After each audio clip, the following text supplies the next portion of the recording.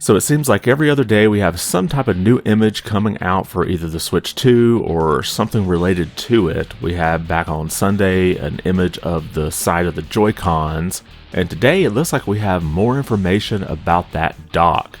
Hey everyone, welcome back to the channel. So I saw this image pop up on that Chinese forum site that we had the Joy-Con posted on Sunday. However, looking at timestamps, it looks like it was actually posted here first on X by Laura Kate Dale. Now this is somebody who used to leak a lot of information about the original Switch when it first came out, but we'll go ahead and take a look at what's posted here. This is a new photo I have received from a trusted source showing a Switch 2 dock featuring visible input and output voltage information, other information obscured. In addition, I have learned that the Switch 2 ships with a 60-watt charger for use with the dock. So at first glance, it may not seem like there's a lot to learn here, but there is quite a bit of information. First, we'll take a look at what the input voltage is. We've got 20 volts at 3 amps.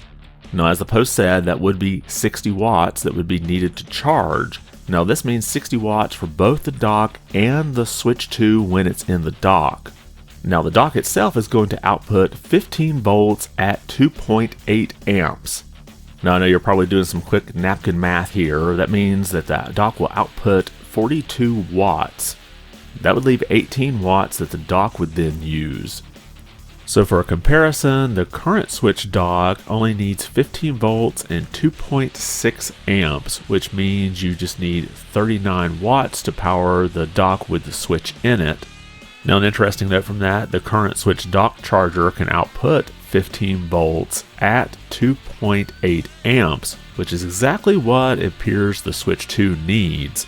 So what I can deduce from that is that the current charger that came with the original Switch should work to charge the Switch 2 by itself. Now that's not a guarantee. There could be some other type of protocols going on there that could prevent it from being compatible, but I don't see a reason why Nintendo can't make that work. However, there will be a new charger for the Switch 2 dock, and Laura seemingly confirms this, saying, as a result, to my understanding, the current generation Switch main charger cable won't be suitable for use powering the Switch 2 when docked. So that caveat at the end there sort of leaves open the possibility for the current Switch charger to be able to charge the Switch 2. It just won't be able to be used with the dock. Now you're probably wondering what the power consumption difference is between the current Switch and the Switch 2.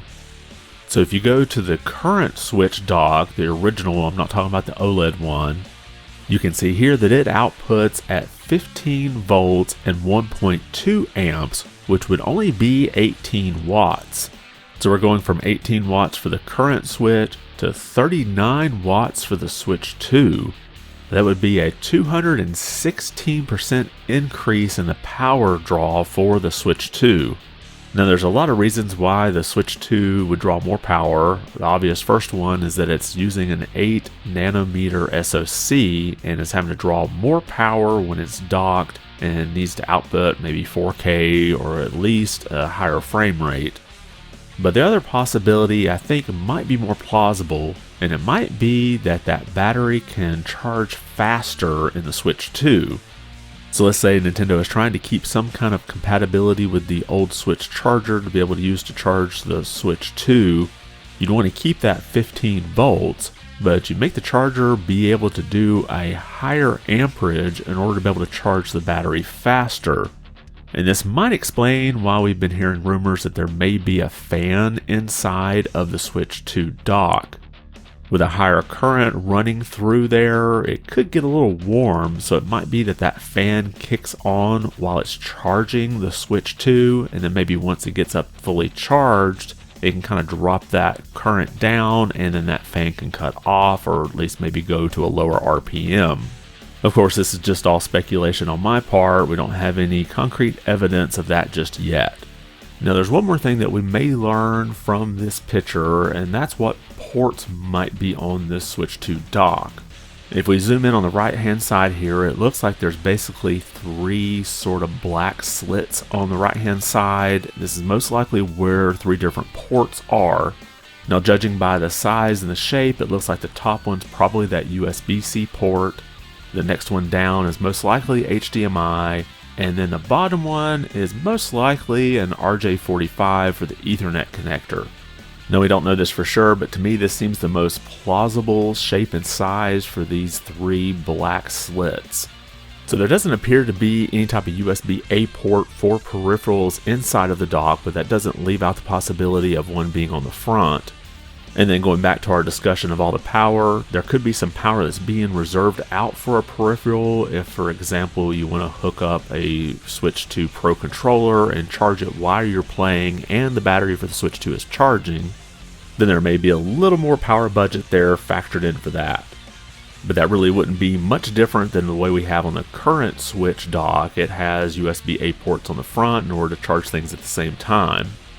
If we go back to this image from Next Handheld, who posted a picture of the dock, which seems to be exactly the same picture we're seeing now, you can see a sort of an indented section on the right hand side that perhaps maybe that's where a USB-A or USB-C port might be for peripherals.